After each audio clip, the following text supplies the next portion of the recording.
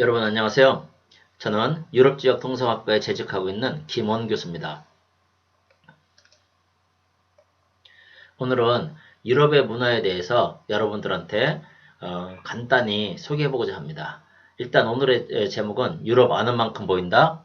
예술작품으로 보는 유럽의 역사와 문화 이렇게 씁니다. 여러분들 이렇게 사진에서 보시면 이 건축물이 무엇인지 아시겠죠?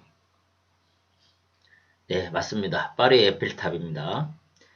이것은 어디에 있는 거죠? 로마에 있는 콜로세움입니다. 잘 알고 계시겠지만 그 강이 있고 2층 버스가 있고 이런 거 보니까 런던이죠. 템즈강이 있고 그 다음에 우리가 큰 그 시계탑 벤자민이 만들었다고 해서 빅벤이라는 별칭을 갖고 있는 시계탑입니다. 국회의사당이 있고 그래서 딱 봐도 여기가 런던인지 아시겠죠? 그 다음에 여기는 유럽 문명의 시작이라고 이렇게 보는 그리스 아테네의 파르테논 신전입니다. 여기는 여러분들 잘 알고 있는 미국 뉴욕에 있는 자유의 여신상. 제가 설명할 필요도 없죠. 여러분들 이미 잘 알고 계실 겁니다. 맞습니다. 중국의 만리장성,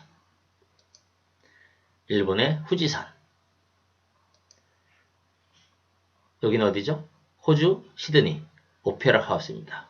여러분들 이것처럼 어떤 지역을 대표하거나 다른 지역과 구별되는 지형 또는 시설물을 뭐라고 하죠? 이런 걸 바로 랜드마크라고 합니다. 그래서 일반적으로 주위의 경관 중에서 두드러지게 눈에 띄는 것이 자연스럽게 그 지역의 이제 랜드마크가 되는데요. 랜드마크는 법적인 것이 아니고 많은 사람들이 그 지역의 특징적인 건물이라든지 그 다음에 지형이라든지 이런 걸 보고 여기는 어디야? 라고 알게 되는 것이죠. 이런 걸 랜드마크라고 합니다. 그러면은 여러분들이 한번 생각해 보시죠. 우리 대한민국의 랜드마크는 무엇일까요? 물론 법으로 규정되어 있지 않지만 제가 몇 년 전에 어느 사이트에 찾아보니까 한국의 대표적인 랜드마크 하니까 남산타워 이렇게 나오더라고요. 그래서 우리나라가 이제는 10대 강국인데 세계에 좀 그런 면에서는 약하지 않는가 이런 생각도 좀 들었습니다. 그래도 어떠한 건축물을 딱 보고 저기는 서울이야, 저기는 부산이야 이렇게 하죠. 그래서 차라리 부산이 날 수도 있습니다. 바다가 있고 광안대교가 있고 거기에 불꽃놀이가 탁 하면 그래서 이런 그 랜드마크를 만드는 것이 바로 문화적 작업이다 이렇게 얘기를 할 수 있습니다. 그래서 우리가 어느 나라를 소개하거나 도시를 소개하거나 이럴 때 구구절절하게 설명한 게 아니고 이러한 한 컷의 이미지, 한 컷의 키워드로 그것을 대변할 수가 있습니다. 이런 랜드마크를 만드는 것이 바로 인문학 작업이다, 문화다 이렇게 얘기를 할 수 있습니다. 그래서 문화라는 것은 파워다, 즉 culture is power 이렇게 설명을 할 수가 있습니다.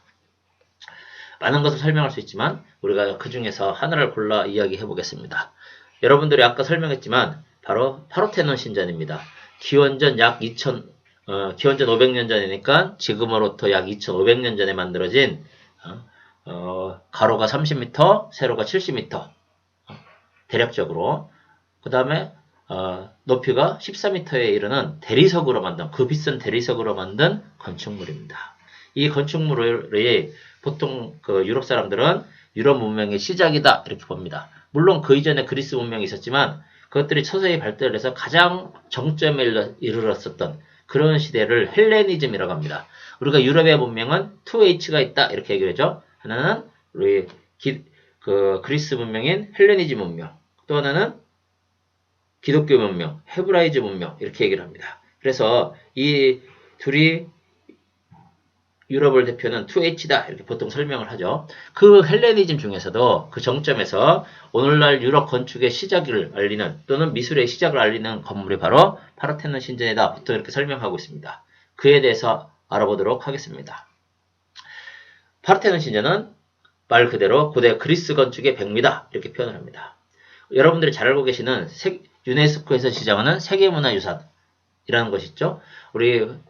우리나라의 종묘나 이런 것들도 세계문화유산으로 지정되어 있는데 그 수많은 세계문화유산 중에서 제1호가 바로 파르테논 신전입니다. 파르테논 신전은 그 처녀 아테네 바쳐진 신전입니다. 즉 아테네라는 도시의 수호 여신은 우리가 전장의 신, 지혜의 여신인 아테네에게 바쳐진 신전이고 아크로폴리스에서 가장 아름답고 웅장한 건축물입니다. 기원전 448년에서 기원전 432년까지 16년에 걸쳐서 당대 최고의 조각가, 건축가들이 모여서 이제 완성된 그러한 건축물이다 라고 얘기를 할 수가 있습니다. 아까 이제 아크로폴리스를 얘기를 했는데요. 아크로폴리스는 고대 그리스에서 도시국가 폴리스에 있는 높은 언덕입니다. 여기가 사실은 정치의 중심입니다. 원래 그래서 여기서 보면은 아크로, 이 말은 높다. 높은 곳에 세워져 있는데 이 높은 곳에서 뭘 하겠어요? 사실은 전체 도시를 관망할 수가 있죠. 근데 상징적으로 여기는 사람들이 사는 공간이 아니고 이 도시의 수호신을 모시는 신전을 세우고 여기는 인간의 영역이 아니고 신의 영역, 즉 통치의 수단이 되는 그런 곳이다 라고 얘기를 할 수 있습니다. 여기에 파르테논 신전을 비롯한 여러 가지 건축물들이 같이 모여있는 건축 집합군을 이루고 있습니다. 여기서 간단하게 보면 파르테논 신전이 그 중심에 있고요. 이제 도시 아테네를 지키는 수호 여신 아테나를 모시는 신전이고요. 즉 신을 위한 공간이죠. 거기서 쭉 보면 또 이렇게 밑에 니케 신전이라는 것도 있습니다. 니케는 우리가 얘기하는 승리의 여신이에요. 즉 아테네 여신이 승리를 결정해주면 그걸 통보하는 여신입니다. 우리가 영어로 읽을 때 나이키 이렇게 얘기를 하죠. 그 다음에 로마의 신으로 오면은 빅토리아가 됩니다. 빅토리, 승리를 나타내는 그러한 관련이 있는 니케 신전이 있습니다. 자, 아까 말씀드린 것처럼 바로 세계문화유산은요 유네스코에서 우리가 인류 보편적 가치를 지닌 자연유산 및 문화유산들을 발굴하고 보호하고 보존하고자 1972년부터 시작된 것입니다. 그래서 여기에서 선정을 할 때 이제 그 로고를 만들죠. 이 단체를 만들면서 그때 이 로고가 바로 여러분들이 잘 알고 있는 세계문화유산 1호인 파르테논 신전의 이미지를 본따서 유네스코의 상징 로고를 만들었다는 것을 우리가 알 수가 있습니다. 자, 파르테논 신전을 좀 더 보면은요. 아까 가로가 30m, 세로가 70m다 했는데 정확하게는 30.9m, 69.5m, 높이는 14m입니다. 기둥의 높이만 10.2m예요. 그래서 이제 14m의 건축물이고 이제 기둥은 더 많이 있겠죠. 전면에 8개, 측면에 17개가 있고 외부에 46개, 내부 23개, 그래서 총 69개의 대리석 기둥으로 세워져 있습니다. 기둥의 높이가 10.4m가 됩니다. 이렇게 직사각형의 이제 신전이다. 그리고 그 가운데에 이제 아테네 여신상이 있었던 것으로 추정이 되고 현재 가보면 여기에 이제 복제품으로 이렇게 만들어져 있습니다. 자, 그러면 이 건축물이 왜 그리스 건축의 시작이다, 유럽 문명의 시작이다 이렇게 할까요? 보통 이제 유럽 사람들이 이제 그리스를 자기들 문명의 시작이라고 이렇게 생각을 하는데요. 거기에는 여러 가지 이유가 있지만 이제 그리스로 돌아가 봅니다. 그리스에는 뭐가 발달했었죠? 우리가 철학이 발달했었죠. 논리학, 수학 이런 게 발달했습니다. 이렇게 이제 사람의 지식이 확장되면서 이 그리스 사람들이 여러 가지 생각을 했나 봅니다. 그래서 우리가 진선미 이렇게 하듯이 진리는 무엇일까? 착하다는 건 무엇이지? 아름답다, 뷰티, 아름다운 게 무엇인가? 이렇게 생각을 해봅니다. 그래서 이 사람들이 생각할 때 아름답다는 것은 사실은 주관적인 거죠. 사람마다 다 다르게 느낄 수가 있으니까요. 그런데 이 사람들이 생각할 때 모든 사람이 똑같지는 않지만 그래도 대다수의 사람들이 공통으로 느낄 수 있는 아름다움이라는 게 무엇인가? 이게 바로 객관적인 아름다움이 되겠죠? 이 아름다움을 나타내기 위해서 여러 가지 이제 방법들을 고안했는데 그 중에서 여러 가지 수치로 이제 이야기를 됩니다. 그 중에서 가장 대표적인 것이 우리가 황금 비율, 완벽한 비례미라고 하는 황금 비율입니다. 1대 1.618 하고 소수점이 더 나갑니다만 1대 1.618 이렇게 해서 가로 세로의 비율이 1대 1.618이 가장 아름다운 비례미를 가져오더라. 그래서 아름다움은 우리가 가로 세로의 비례미. 우리도 저 친구 참 몸매가 좋아 할 때는 비율을 얘기하잖아요. 그래서 이런 비례미에서 아름다움이 나온다라고 생각을 하게 됩니다. 그래서 이런 것들을 건축물이나 조각품이나 등에 실현을 하는데 쭉 이렇게 그리스 건축물들이 약간 그런 100% 비례미가 맞지 않았는데 어느 정도 거의 완벽하게 맞은 것을 파르테논 신전이라고 보는 거죠. 그래서 파르테논 신전을 이렇게 분석해 보니까 객관적인 비례민 황금 비율을 딱 맞췄더라 이렇게 하는 겁니다. 여기서 여러분들이 지금 보시는 것처럼 우리가 세로로 이렇게 위아래로가 1이라면 이렇게 좌우로가 1.618. 다시 그런데 그게 한 번만 끝나는 게 아니고 다시 1대 1.618, 1대 618이 계속해서 반복돼서 이 건축물에 실현되어 있더라. 이렇게 해서 이 황금 비율을 정확히 맞춘 완벽한 건축물이 바로 파르테논 신전이고 우리는 여기서부터 유럽 문명이 시작됐다라고 해석을 하는 거죠. 그런데 사실은 최근에 연구해 보면 이걸 딱 실측을 정확하게 해보니까 1대 1.618이 아니더라 하는 주장들이 많이 나오고 있습니다. 물론 여기에 대해서는 이제 건축학적으로 과학적으로 논란의 여지가 있지만 여기에서 제가 말씀드리는 것은 그 사실이 중요한 게 아니고 이 사람들이 가지고 있는 이제 생각인 거죠. 1대 1.618의 실해는 건축물이고 눈으로 봤을 때 아름다움. 여기서부터 우리의 건축이 시작했다라고 자기들을 상징하는 거죠. 우리도 우리나라의 문화는 우리나라의 역사는 단군으로부터 시작되었다라고 하나의 이제 기준점을 설정하는 것과 마찬가지입니다. 그러면 오케이 1대 1.618이 어쨌다는 거야. 근데 사실은 1대 1.618이 여기에서만 끝나는 것이 아니고 사실은 보면 오늘날에도 2500년이 지난 오늘날에도 여전히 쓰이고 있습니다. 여러분들이 보통 갖고 있는 학생증이나 아니면 신용카드, 명함 이런 것들이 보면 여러 가지 이제 그 배정된 형태가 있지만 가장 기본적인 것은 1대 1.618입니다. 그리고 A4 용류가 1대 1.618이에요. 근데 책상이나 이런 것들도 여러 가지 비율이 있지만 가장 이렇게 보통 보편적인 게 1대 1.618의 비율이 현재도 쓰이고 있다. 이러한 사람들이 객관적으로 봤을 때 어쩌면 비례미가 좋게 느껴지는 것은 이미 2500년 전에 그리스 사람들도 알고 있었다라는 이야기가 됩니다. 그렇게 하고 아테네 신전의 건축의 비밀을 좀 더 살펴보면요. 아테네 신전에는 아까 이렇게 평면도에서 보신 것처럼 가로 세로가 직선으로 놓여져 있는 이러한 그 직사각형의 건축물이다라고 보통 생각하는데요. 눈으로도 그렇게 보입니다. 근데 실제로 실측을 해보니까 여기는 아까 가로 세로도 마찬가지고 바닥까지도 그렇고 기둥도 모두 직선인 건 하나도 없이 다 곡선이더라. 곡선미를 가지고 있더라. 이렇게 얘기를 합니다.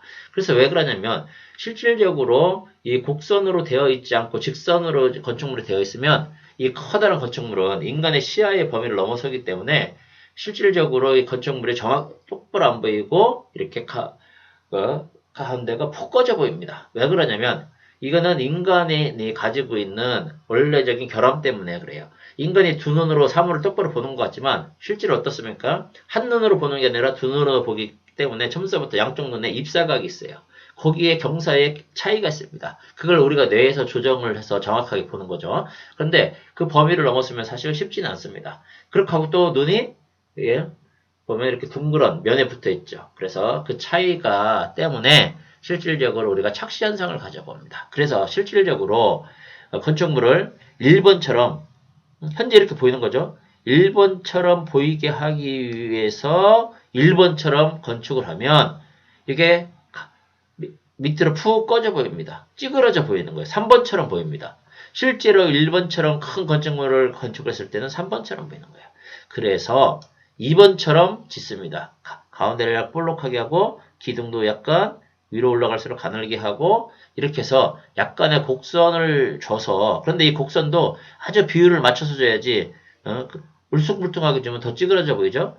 그 비율을 맞춰서 이렇게 정교하게 살짝 볼륨을 줘야 1번처럼 보인다는 것이죠. 그래서 실질적으로 2번처럼 건축을 해야 우리가 원하는 1번처럼 직선으로 나옵니다. 이건 착시를 교정하는 건축술이죠. 즉 2500년 전에 그리스 사람들은 이미 착시 현상을 알고 있었고 또 착시를 교정해서 건축물에 실현할 줄도 알았다. 대단한 거 아닙니까?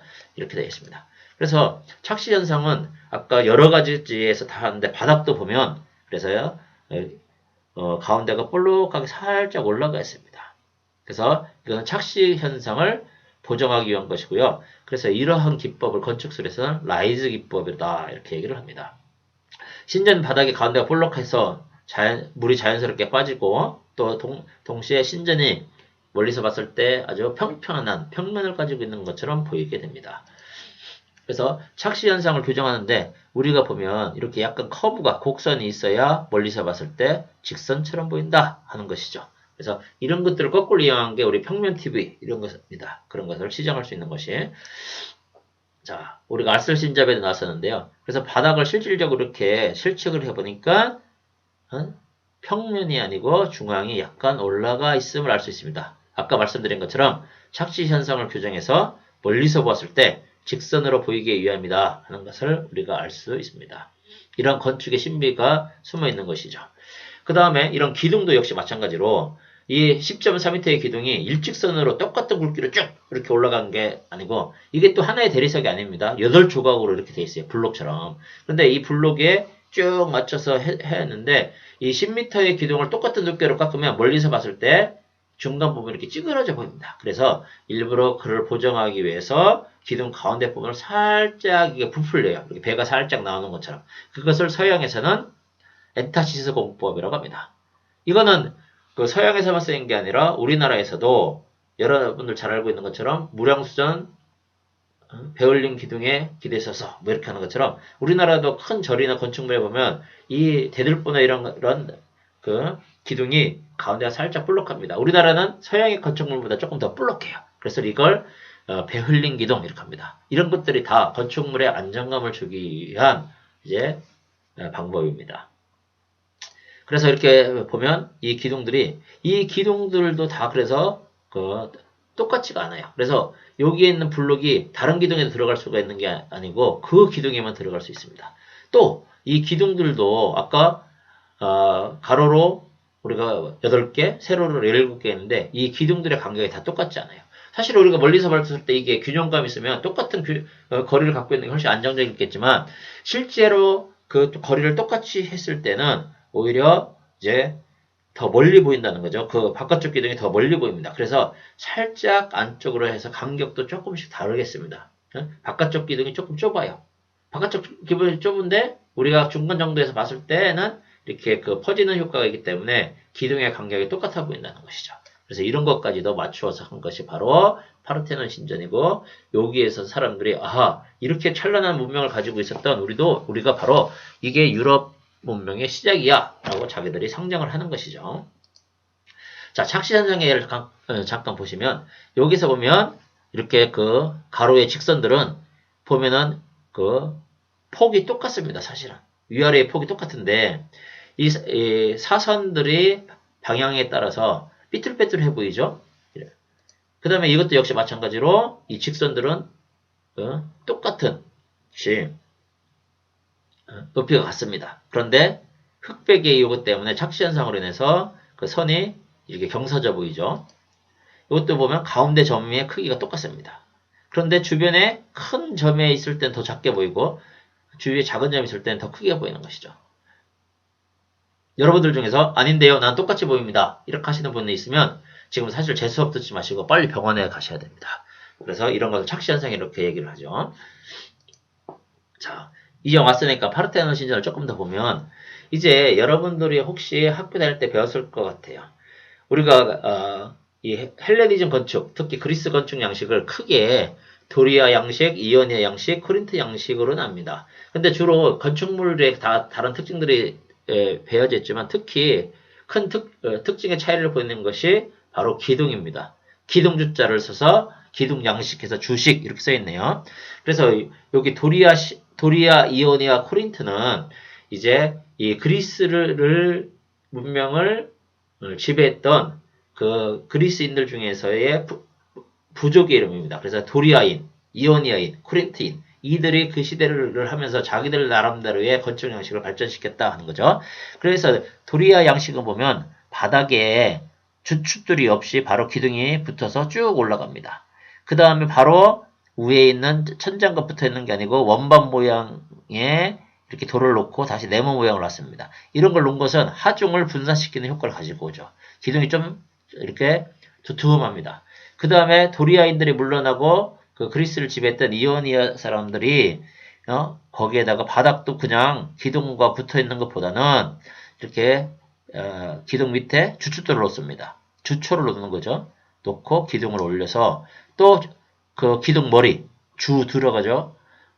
기둥 두자, 머리 두자입니다. 주두에 보면 모양이 이렇게 사냥머리 또는 찜질방머리를 하고 있습니다. 이게 이오니아 양식입니다. 코린트 양식은 보면 주춧돌도 있고요.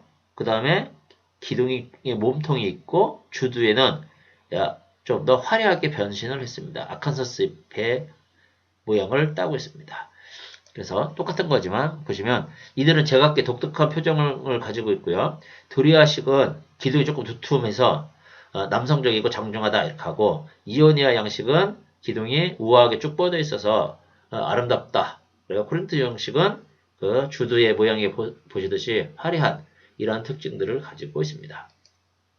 그래서 도리아 양식의 대표적인 예가 파르테논 신전인데요. 여기서 보면 어떻습니까? 기둥이 좀 아까 본 것처럼 바닥에서 기둥이 바닥과 붙어 있고 쭉 올라가서 이렇게 원만 모양의 돌을 얹고 네모난 정사각형의 돌을 얹었습니다. 그래서 이게 바로 근데 그 기둥이 조금 두툼하죠. 그래서 장중하다, 남성적이다 이렇게 하고 주춧돌이 없는 것이 특징입니다. 그러면 2500년의 건축물에 대해서 왜 이렇게 얘기를 하느냐. 잘 보시면 이런 건축물이 그 시대로 끝나는 게 아니고 르네상스 시대에 복원이 되고 신고전주의를 거쳐서 오늘날에도 이 도리아 양식이 계속해서 건축물에 응용되고 있습니다. 대표적인 수도 없이 대표적인 예들이 많지만 그 중에 이렇게 20세기 초에 지어진 미국의 수도 워싱턴 DC에 있는 링컨 박물관입니다. 잘 보시면 기둥이 아까 파르테논 신전과 똑같죠? 주춧돌이 없이 쭉 올라가서 이렇게 되어져 있습니다. 장중한 기둥입니다. 그리고 아까 파르테논 신전 밑에 니케 신전이 있었다 그죠? 니케는 나이키, 빅토리아가 되는데 거기에서 이제 물론 아테네 여신의 어찌 보면 쫄따구기 때문에 좀 그 신전의 크기 작습니다. 여기서 보면 이오니아 양식이 되어 있어요. 주춧돌이 놓여져 있고 기둥이 아까보다는 조금 날씬하죠. 쭉 올라가서 이렇게 사냥머리를 틀었습니다. 그래서 경쾌합니다. 여성적이다, 우아하다 이렇게 표현을 해요. 그런데 그러면 이런 이오니아 양식도 수없이 많이 쓰입니다. 그 대표적인 것 중에 하나가 바로 여러분들이 잘 알고 있는 세계 3대 박물관 중에 하나인 대영 박물관입니다. 여기서도 보면 쭉 그 주춧돌이 있고 쭉 올라가서 사냥머리를 틀었어요. 그래서 이제 기둥들이 열을 지어서 있다 해서 열주 이렇게 부르죠. 그 대영 박물관의 입구입니다. 자, 여기는 어딜까요? 기둥 양식으로 볼 때는 이오니아 양식입니다. 서양이 어디인가요? 근데 잘 보시면 한글이 쓰여져 있어요. 여기는 바로 덕수궁 석조전입니다. 우리나라도 고종 황제가 서양을 따라가기 위해서 이렇게 그 서양의 건축 양식을 가져오는데 그 중에서도 이오니아 양식을 가져옵니다. 이런 것처럼 오늘날에는 전 세계에 심지어 우리나라에까지도 이러한 고대 그리스의 건축 양식이 쓰이고 있는 것입니다. 그 다음에 코린트 양식, 이오니아인들이 물러나고서 코린트 양식이 발전했는데 대표적인 건축물이 올림피아 제우스 신전인데 똑같이 주춧돌이 있고요. 쭉 올라갔는데 주두, 기둥머리가 굉장히 화려하죠. 그래서 이오니아 양식보다 훨씬 장식적이다 얘기를 할 수가 있습니다. 그래서 이것도 역시 마찬가지로 수없이 많은 곳에 쓰이지만 대표적인 양식이 미국 국회의사당의 기둥을 보면 이렇게 그 코린트 양식으로 되어 있음을 알 수가 있습니다. 제가 이 얘기를 하는 이유는 뭘까요? 고대 그리스 건축이 2500년 전의 건축이 그냥 역사 속에 있는 지식이 아니고 어찌 보면 2500년 전의 그 그리스 건축이 오늘날에도 우리 곁에 살아 숨쉬고 있다. 즉 과거와 현재가 여전히 커뮤니케이션을 하고 있다. 이런 겁니다. 즉 우리가 역사를 배우는 목적이 뭐죠? 단순한 지식이 아니고 과거의 역사를 통해서 지혜를 얻어서 현재를 살아가는 방법을 모색하는 거죠. 그것처럼 이런 건축물에도 과거와 현재가 여전히 끊임없이 커뮤니케이션을 하고 있다라는 것이 여러분들한테 제가 전달하고 싶은 이야기 중에 하나입니다. 자, 우리가 그 건축물을 하나만 더 봤으니까 이제 고대 그리스 시대의 대표적인 조각상을 하나 보겠습니다. 2m 3cm의 대리석으로도 석고석이 아닙니다. 밀로의 비너스 이렇게 합니다. 여기서 보면 원래 팔도 있었는데 다 부러져서 이제 팔은 없지만 여러분들이 잘 알고 있는 프랑스 파리의 루브르 박물관에 있습니다. 그래요. 루브르 박물관에 보통 45만 점에서 50만 점의 소장품이 있다는데 그 중에서 또 가장 대표적인 것이 레오나르도 다빈치의 모나리자, 그 다음에 밀로의 비너스입니다. 이 조각가는 누구죠? 밀로. 밀로가 아니죠? 왜냐면 누가 조각했는지 모릅니다. 근데 왜 밀로의 비너스라고 할까요? 사실은 이게 밀로스 섬에서 19세기 초반에 발견됐기 때문에 밀로의 비너스라고 부릅니다. 밀로의 비너스는 지금으로부터 약 2100년 전에 만들어졌을 것으로 추정됩니다. 2m 3cm고요. 그래서 현재 이제 파리 루브르 박물관에 있는데 이걸 보면 이 여인이 그러면 비너스냐? 비너스인지 사실은 아무도 모릅니다. 왜냐면 여기에 대한 기록이 없어요. 그렇게 하고 우리가 아까 조각상을 뒤집어 보면 거기에 비너스, 메이드 인 차이나 이렇게 써 있으면 되겠지만 이거는 오리지널을 해서 그런 것도 안 써 있어요. 그러면 이게 우리가 추정을 한 그 헬레니즘 시대의 조각품이다. 2100년 됐다. 이렇게 추정을 하지만 이게 누구인지는 몰라요. 근데 사람들이 전문가들이 분석을 해보니까 이 여인의 몸을 비교 이제 분석을 여러 가지 해보니까 이 조각에 아까 얘기했던 황금 비율 즉 1대 1.618이 너무나 많이 실현됐더라. 즉 머리에서 배꼽까지가 1이라면 배꼽에서 발밑에까지가 1.618. 그 다음에 이렇게 무릎을 꿇고 왼발을 살짝 무릎을 구부리고 있는데 저기에 구부리고 있는 데가 1이면 1.618. 그래서 또 머리에서 등이 파이는 데까지 1, 그 다음에 1.618. 그럼 1대 1.618이 이렇게 완벽하게 실현된 여인이 누구냐? 그러면 그리스 신화에 나오는 여인들 중에서 여신들 중에서 바로 사랑의 여신이면서 미의 여신 아테네다. 아니 아테네가 아니라 비너스다. 이렇게 되는 거죠. 비너스는 그리스어로는 아프로디테라고 하죠. 아프로디테가 이제 로마의 신이 되면 베누스가 되고 영어로는 비너스라고 이렇게 얘기를 하죠. 그래서 그럼 이렇게 아름다운 인체 비례를 갖고 있다면 그건 비너스로 하자라고 이렇게 추정을 하는 것이죠. 그러니까 역사는 어떠한 이제 그 조그마한 근거를 가지고서 추정을 해가는 것입니다. 그래서 이렇게 전문가들에서 밀로의 비너스다 이렇게 이름이 지어지게 되는 것이죠. 1대 1.618이 실현되었기 때문에 바로 비너스다. 그리고 밀러스 섬에서 발견됐기 때문에 밀로의 비너스 이렇게 지어지게 되는 것입니다. 이런 걸 찾아가는 것이 인문학 작업이에요. 자, 그래서 여기서 보면 뒷모습도 한번 보시고요. 발견 당시에 이렇게 부서져 있었기 때문에 원래대로 추정을 해보면 이렇게 비너스를 상징하는 황금 사과를 들고 있었을 것이다. 그 다음에 이렇게 살짝 그 정수기 비너스의 모습을 해서 약간 몸을 가리고 있었을 것이다. 라고 추정을 하기도 합니다. 밀러의 비너스까지 여러분들 살펴보았습니다. 그 다음에 루브르 박물관에 가면 또 하나의 대표적인 작품이 하나 더 있습니다. 그건 바로 승리의 여신 니케입니다. 사실은 승리의 여신 니케에 대해서 굉장히 재미난 그리스 신화를 같이 설명해야 돼요. 하지만 지금은 우리가 다 설명할 수 없습니다. 시간이 제한이 있기 때문에. 다만 여러분들이 보시는 것처럼 밀로의 비너스보다 훨씬 큰 조각상인데 원래는 머리도 있었고 팔도 있었겠죠. 이들은 발견되지 않았지만 여기서 날개를 펴고 있고 하늘하늘한 옷을 입고 있는데 그 하늘하늘한 옷이 몸에 착 달라붙어서 아주 섹시한 요염한 관능미를 자랑하고 있습니다. 그래서 이렇게 조각을 하는 이유를 찾아가는 것이 인문학 작업인데 오늘은 거기까지 설명 안 하고 이 니케가 아까 말씀드린 것이 누구냐면 승리의 신 니케 즉 나이키가 되고 이제 로마에 오면 빅토리아 여신이 됩니다. 빅토리아가 누구죠? 결국 빅토리라는 말을 가져오는 승리의 여신입니다. 원래 찾을 때는 한 100개로 이제 쪼개져 있었던 것을 지금 다 이렇게 맞춘 겁니다.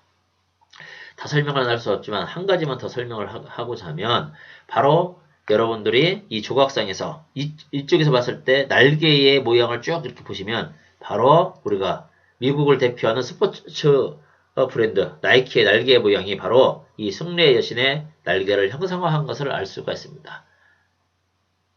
나이키의 로고 이름은 스우시입니다. 스우시는 휙 이런 뜻이랍니다.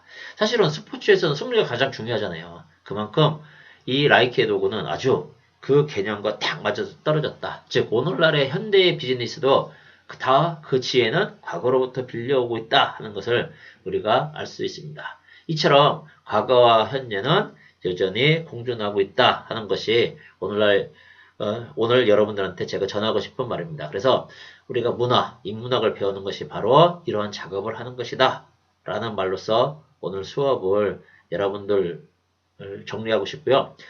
이러한 이야기들은 나중에 여러분들이 대학에 들어와서 저한테 또는 다른 아주 훌륭한 우리 학교의 교수님들로부터 유럽의 문화, 그 다음에 라틴 아메리카의 문화, 동남아시아의 문화, 뭐 중국, 일본, 미국 이러한 문화들을 충분히 배워서 여러분들이 글로벌한 인재가 될 것이라고 저는 믿습니다. 여러분들 다음에 또 만날 수 있는 기회가 있었으면 좋겠습니다. 여러분들 수고했습니다.